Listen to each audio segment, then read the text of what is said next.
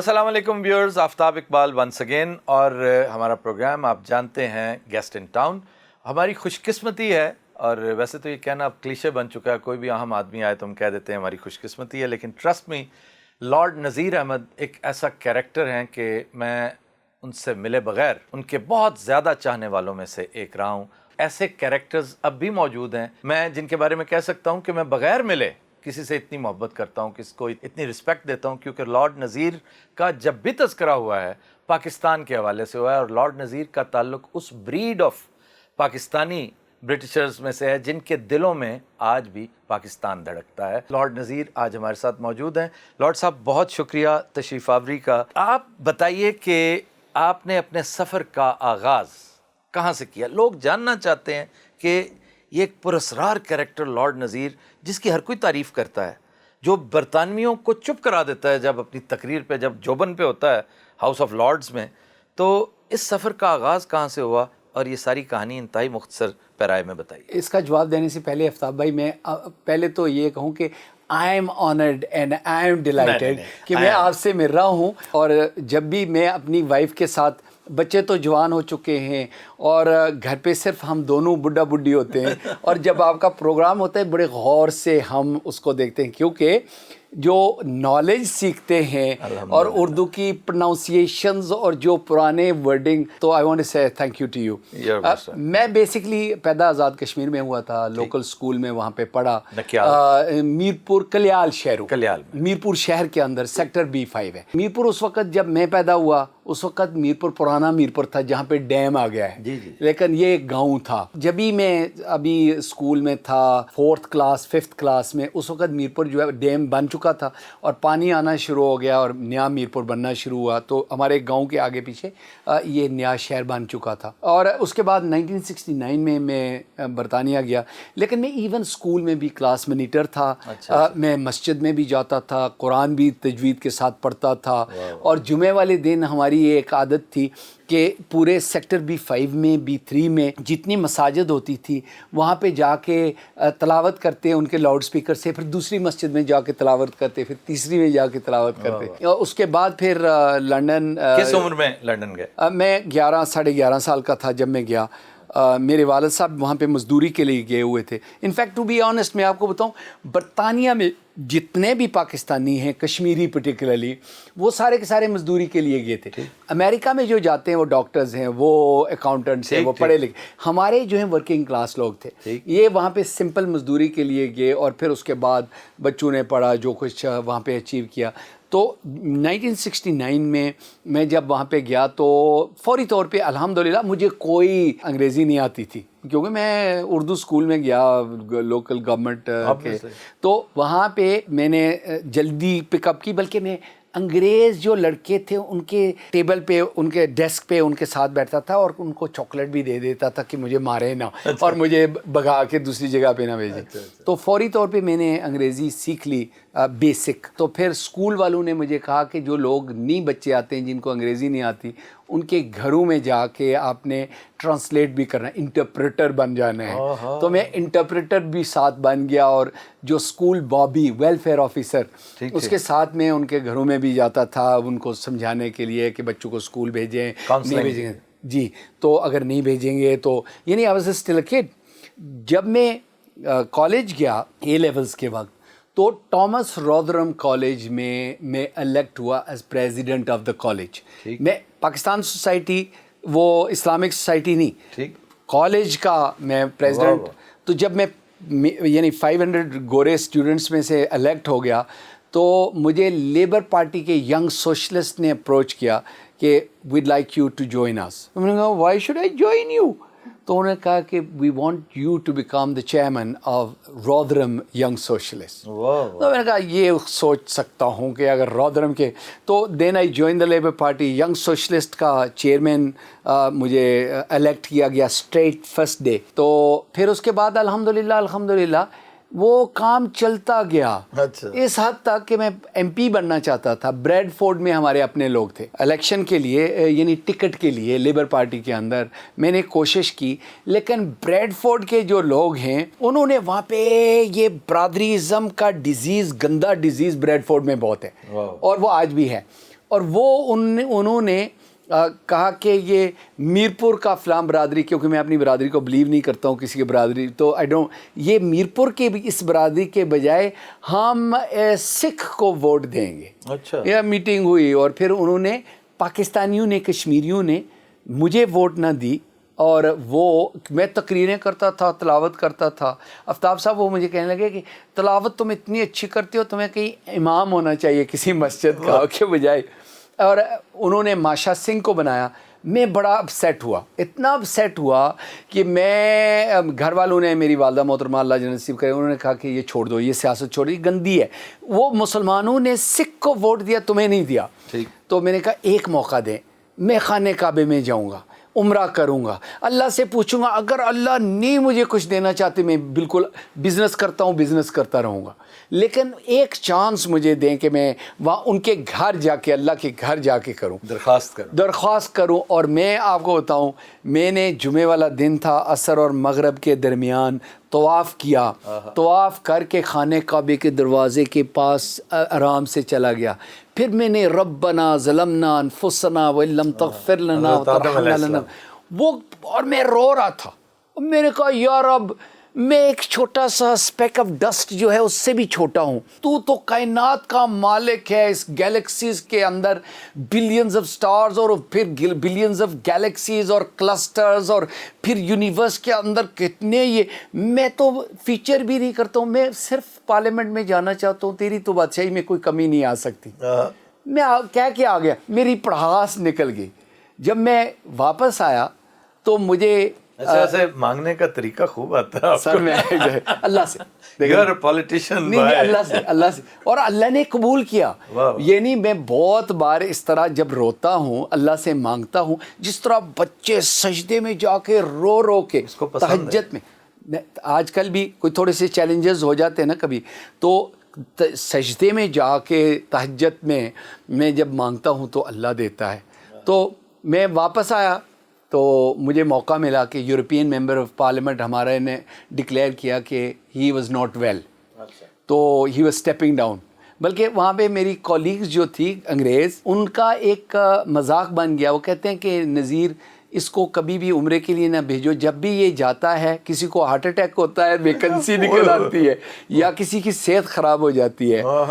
تو میں European parliament کے لیے تیاری کر رہا تھا، کیونکہ وہاں کی جو لیڈر آف سوشلسٹ پارٹی پورے یورپ کی تھی، وہ میری فرینڈ تھی. اس نے مجھے کہا کہ you go for it and I will support you.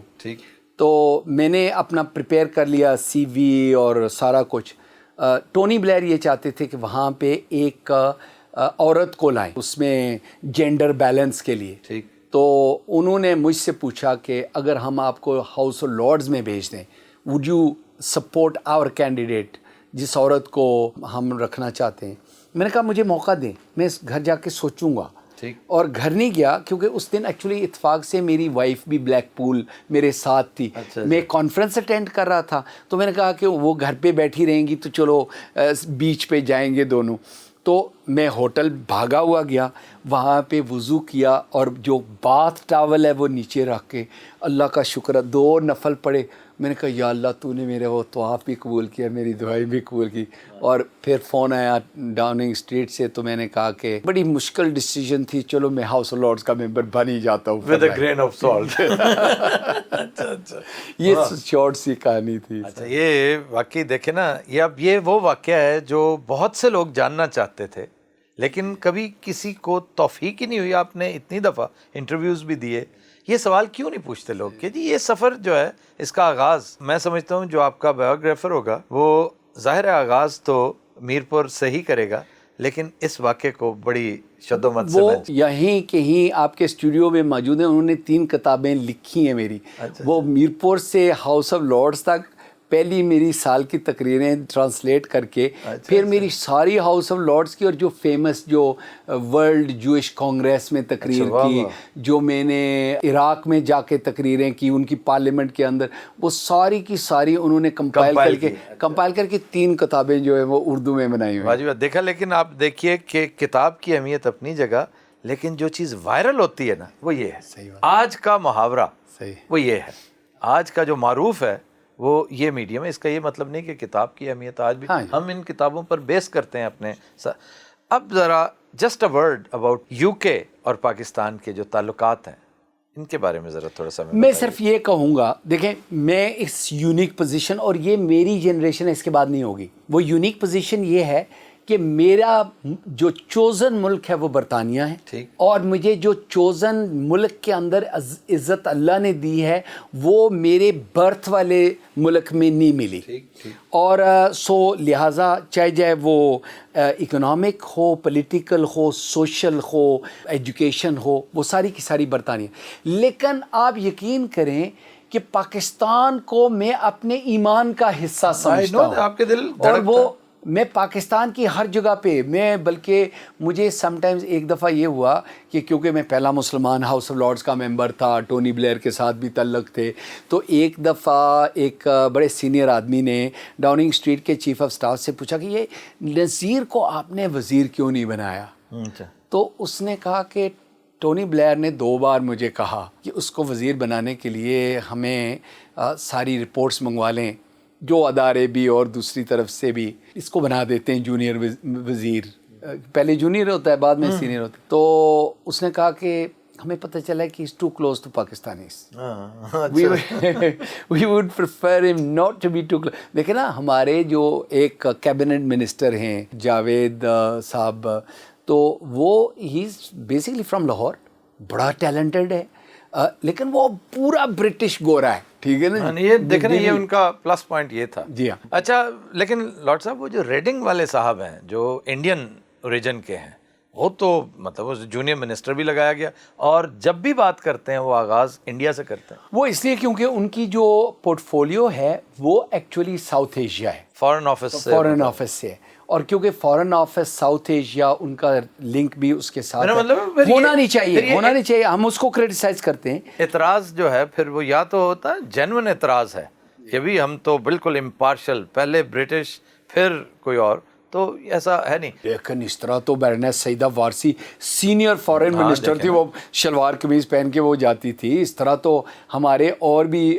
Ministers ہیں. اس سے بہترین کیا آپ کو مثال مل سکتی ہے کہ پرائم منسٹر سے کے بعد سب سے پاورفل جو بندہ ہے وہ میئر آف لنڈن ہے، وہ صادق خان ہے.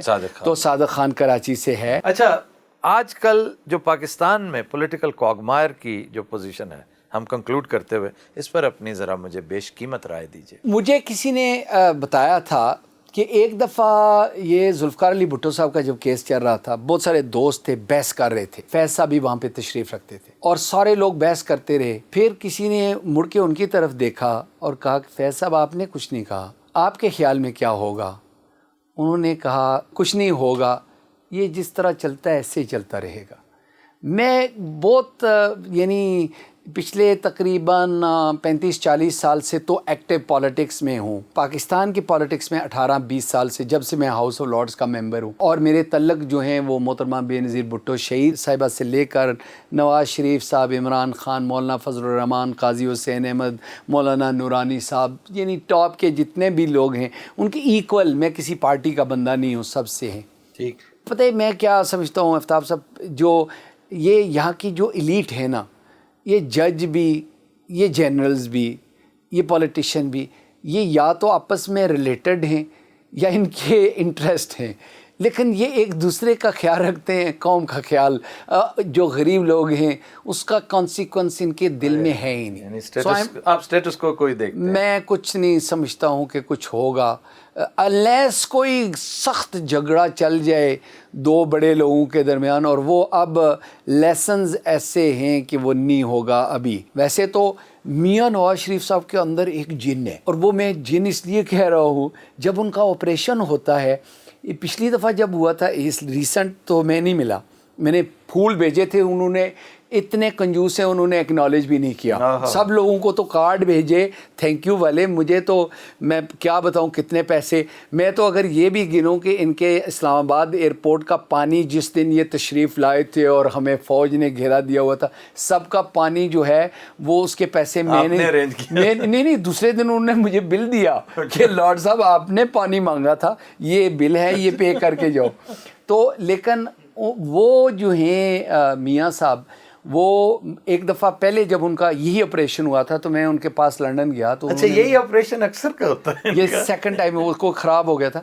انہوں نے مجھے یہ کہا تھا کہ لارڈ صاحب یہ فوج جو ہے اس کو ہمیں ٹھیک کرنا پڑے گا. میں نے کہا چھوڑیں, یعنی میں اگر کہوں کہ میں اس دیوار کو اپنے ہاتھ سے گرا لوں گا تو یہ میری اپنی ذہنیت ہے, تو کیوں وقت ضائع کروں. آپ بھی نہ کریں, اس لیے پہلے آپ الیکٹ ہوں, پھر ان کو دوست بنائیں, پھر ان کو کانفیڈنس دیں کہ آپ ان کے خلاف نہیں ہیں, پھر ان کے ساتھ مل کے ڈسکس کریں, ان کے ساتھ ان کی اپینین لیں, پھر دونوں مل کے آپ جو ہے وہ ریفارمز کریں, پھر ہو سکتا ہے. لیکن اگر آپ بلائیں ہوئے یونیفارم والے کھڑے ہو, سلوٹ کرو اور پھر میں تمہیں بتاؤں گا, وہ پکڑ کے وہ ان کے پاس وہ رائفل ہے سر پہ ماریں گے اور آپ کی بات بھی نہیں سنیں گے. یہ درست ہے, لیکن آپ کی مایوسی کو دیکھتے ہوئے مجھے محسوس ہوتا ہے کہ آپ بھی بہت ڈسلوژنڈ سے لگ رہے ہیں, ڈس اپوائنٹڈ سے لگ رہے ہیں. تو ایک مصرع ہے اس کو ریفریز کرتے ہوئے ویورز کہ لارڈ صاحب کا مطلب یہ ہے کہ وہی چال رہے گی بے ڈھنگی سی